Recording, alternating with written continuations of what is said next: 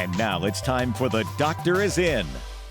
I'm Meredith Armstrong, and this is The Doctor Is In. We have with us this week Dr. Tyler McDonald from USA Health, and we are here to talk about pediatric obesity and how it relates to bone health. Dr. McDonald, thanks for joining us. Thanks for having me.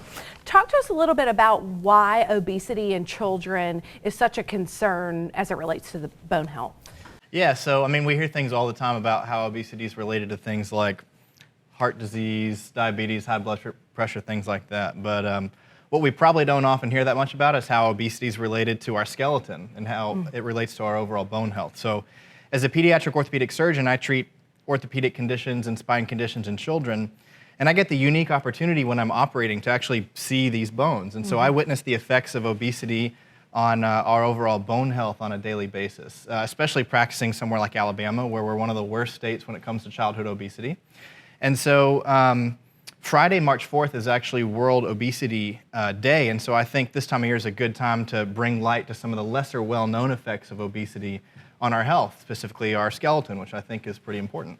What are some of those effects that you see when you get in and are able to look at those bones?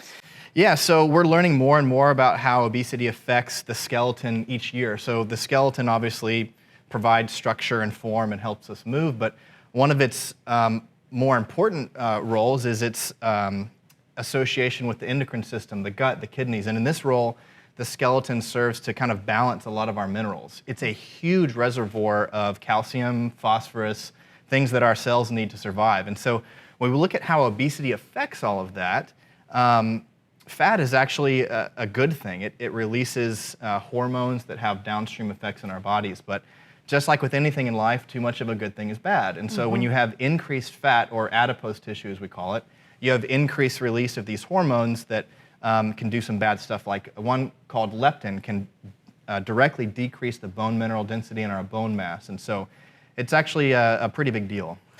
We're going to talk a little bit about what parents can do to kind of intervene online. So join us on our website for more with Dr. McDonald from USA Health. We will see you next week.